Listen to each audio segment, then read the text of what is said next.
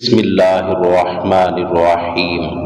حضرت امام حسن رضی اللہ تعالیٰ عنہ اپنے والد محترم حضرت مولا علی رضی اللہ تعالیٰ عنہ کی شہادت کے بعد 6 ماہ تک خلافت کے منصب پر فائز رہے۔ 40,000 اہل کوفہ نے آپ کے دست حق پر بیعت کی۔ اس کے بعد حضرت امیر معاویہ رضی اللہ تعالیٰ عنہ آپ کے پاس آئے اور اللہ تعالیٰ کو حکم اور فیصلہ دہندہ تسلیم کر کے مندرجہ ذیل شرطوں کے ساتھ خلافت امیر معاویہ کے سپرد فرمانے کا عہد کیا۔ نمبر 1، فی الوقت امیر معاویہ خلیفہ بنائے جاتے ہیں، لیکن ان کے انتقال کے بعد امام حسن رضی اللہ تعالیٰ عنہ خلیفۃ المسلمین ہوں گے۔ نمبر 2، مدینہ، عراق اور حجاز کے باشندوں سے مزید کوئی ٹیکس نہیں لیا جائے گا، بلکہ صرف وہی ٹیکس وصول کیا جائے گا جو حضرت علی رضی اللہ تعالیٰ عنہ کے زمانے سے لیا جا رہا ہے۔ نمبر 3، حضرت امام حسن رضی اللہ تعالیٰ عنہ کے ذمہ جو قرض ہے اس کی تمام تر ادائیگی امیر معاویہ رضی اللہ تعالیٰ عنہ کریں گے۔ ان تمام شرطوں کو حضرت امیر معاویہ اور حضرت امام حسن رضی اللہ تعالیٰ عنہما نے قبول کر لیا اور آپس میں صلح ہو گئی، اور رسول اللہ صلی اللہ علیہ وآلہ وسلم کا یہ معجزہ ظاہر ہو گیا جو آپ نے فرمایا تھا کہ یہ میرا بیٹا مسلمانوں کی 2 عظیم جماعتوں میں صلح کرائے گا۔ حضرت امام حسن رضی اللہ تعالیٰ عنہ نے اس صلح کے بعد تخت خلافت حضرت امیر معاویہ کے سپرد فرمایا۔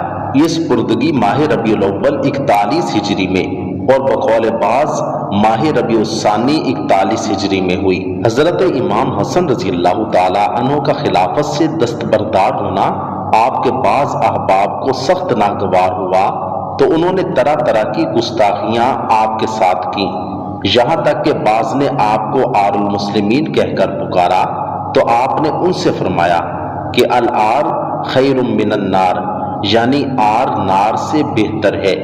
ایک شخص نے آپ کو یہ کہہ کر پکارا، اے مسلمانوں کے ذلیل کرنے والے، السلام علیکم۔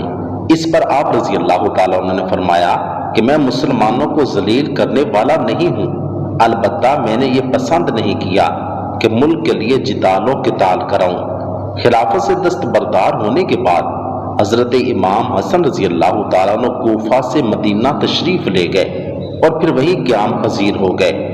حاکم نے حضرت جبیر بن نفیر کی زبانی لکھا ہے کہ میں نے حضرت امام حسن رضی اللہ تعالیٰ عنہ سے ایک روز عرض کیا کہ لوگ کہتے ہیں کہ آپ پھر خلافت کے خواستگار ہیں۔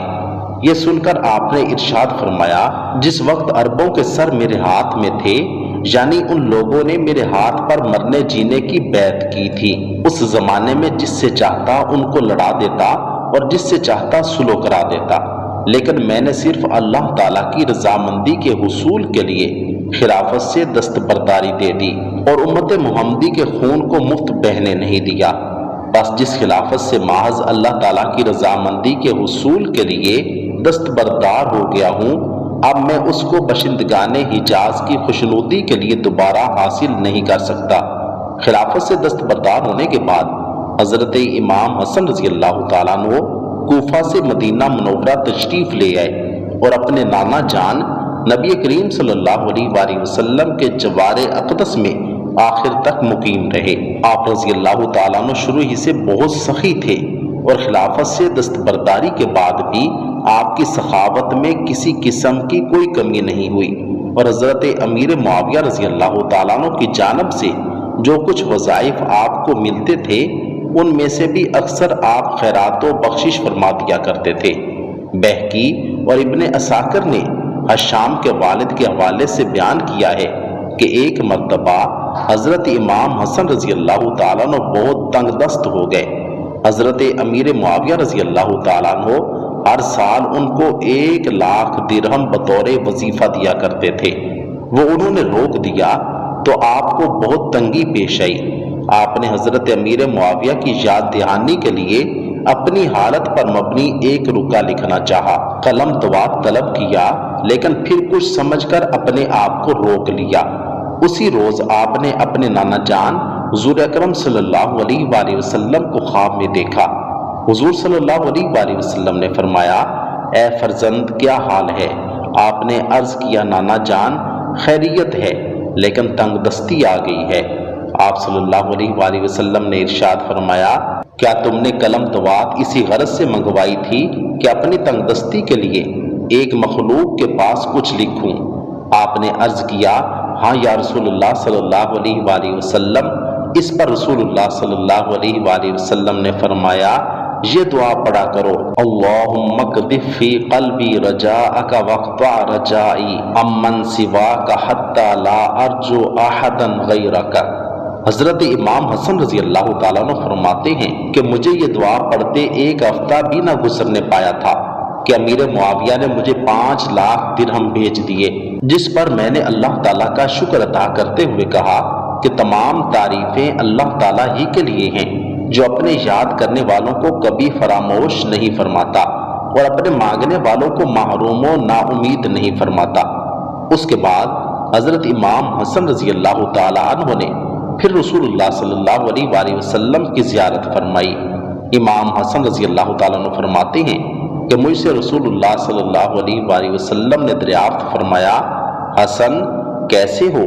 میں نے عرض کیا یا رسول اللہ صلی اللہ علیہ وآلہ وسلم میں اچھا ہوں اور پورا واقعہ بیان کر دیا تو آپ صلی اللہ علیہ وآلہ وسلم نے ارشاد فرمایا کہ اے میرے بیٹے اللہ سے امیدوار ہونے اور مخلوق سے التجا نہ کرنے کا نتیجہ یہی ہوتا ہے۔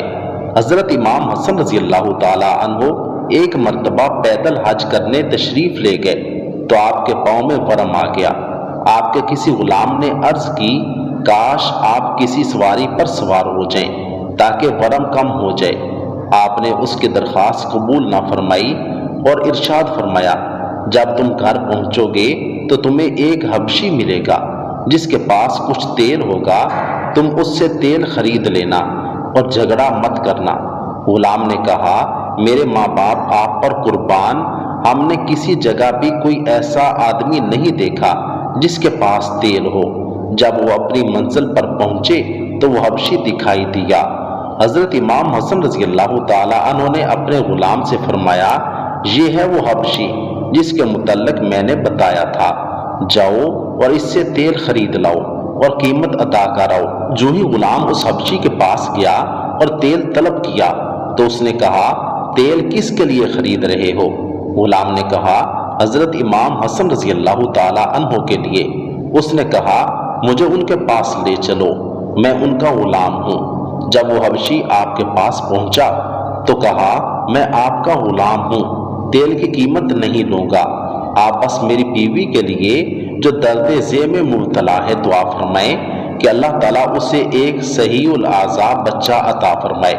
آپ نے فرمایا اپنے گھر لوٹ جاؤ، اللہ تعالیٰ تمہیں ایسا ہی بیٹا عطا فرمائے گا جیسا تم چاہتے ہو، وہ ہمارا پیروکار ہوگا۔ حبشی گھر گیا تو دیکھا کہ آپ کے فرمان کے مطابق بچہ پیدا ہو گیا۔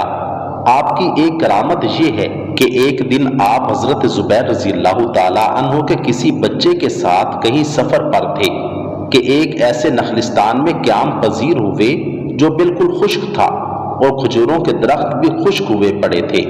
حضرت حسن رضی اللہ تعالیٰ عنہ نخلستان کے ایک کونے میں بیٹھے تھے۔ ابن زبیر رضی اللہ تعالیٰ عنہ نے عرض کیا اے کاش اس نخلستان میں تازہ کھجوریں ہوتی جنہیں ہم کھاتے۔ حضرت امام حسن رضی اللہ تعالیٰ عنہ نے فرمایا کیا تازہ کھجوریں چاہتے ہو؟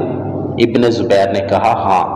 آپ نے دعا کے لیے ہاتھ اٹھایا اور زیر لب کچھ پڑا جو کسی کو معلوم نہ ہوا۔ فوراً کھجور کا ایک درخت تر و تازہ اور بار آور ہو گیا، اس میں تازہ کھجوریں لگ گئیں۔ اس کا ساتھی شتربان بولا بخدا یہ تو جادو ہے۔